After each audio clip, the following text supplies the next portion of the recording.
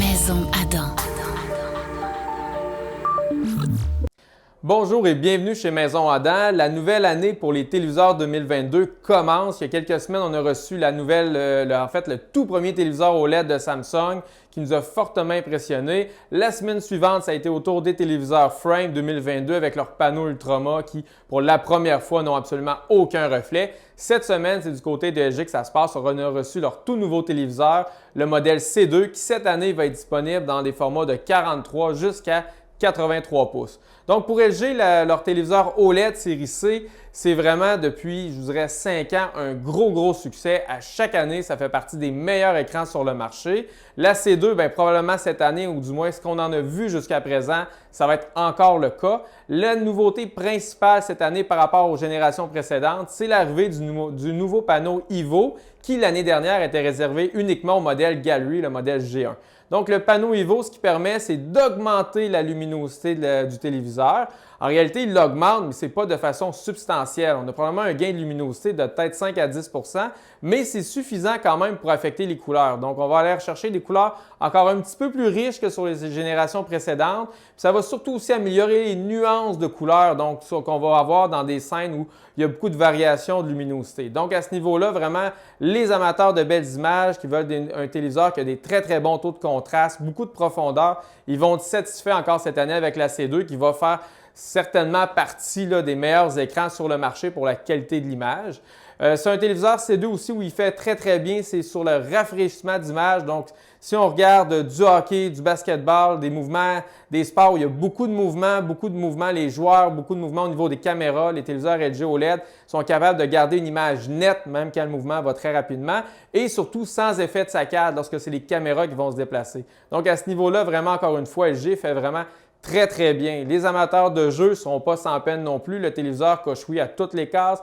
Il y a des entrages limites 2.1 4K 120 Hz. Il est compatible VRR. Il y a même un menu de jeu qui peut apparaître dans le bas de l'écran qui va ajuster l'image en fonction du jeu auquel on joue. Donc, à ce niveau-là, LG aussi, avec leur modèle haut de gamme C2, s'adresse aux joueurs. C'est un téléviseur aussi qui fait bien pour dans ses modes d'image. Donc, LG, plutôt que d'avoir seulement 3 ou 4 modes d'image, va en offrir plusieurs. Donc, pour ceux qui recherchent des images très éclatantes, le mode est là. Des images cinéma, bien, il y a beaucoup de modes pour les modes cinéma, justement pour que tout le monde y trouve son compte. Est-ce que j'aime les couleurs un petit peu plus froides? Est-ce que j'aime les couleurs un petit peu plus chaudes? LG ont déjà intégré plusieurs modes bien ajustés dans leur téléviseur.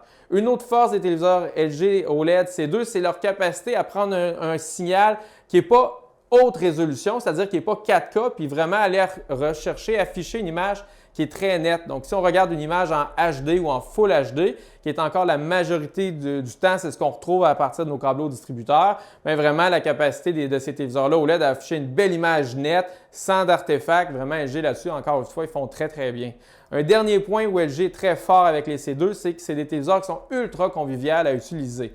C'est-à-dire qu'avec le téléviseur, la télécommande Magic Remote est toujours là. C'est une télécommande qui fonctionne un peu comme celle d'une manette de Nintendo Wii qu'on avait à l'époque. Donc, c'est un pointeur qui va permettre de faciliter grandement la navigation dans son menu Internet et qui va même rendre possible la navigation web. Quelqu'un qui voudrait naviguer sur Internet, on peut le faire facilement avec un téléviseur LG et son navigateur web.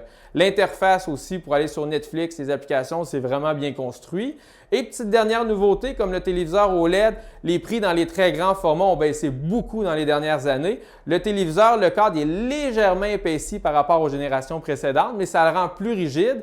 Donc, ça va rendre moins inquiétante, je vous dirais, la manipulation des grands écrans 77-83 pouces. L'année dernière, les téléviseurs étaient tellement minces qu'il y avait parfois tendance dans ces grandeurs-là, lorsqu'on les déplaçait à légèrement courber. Ça ne devrait pas être le cas cette année. Le panneau était légèrement épaissi et j'imagine que c'est pour cette raison-là.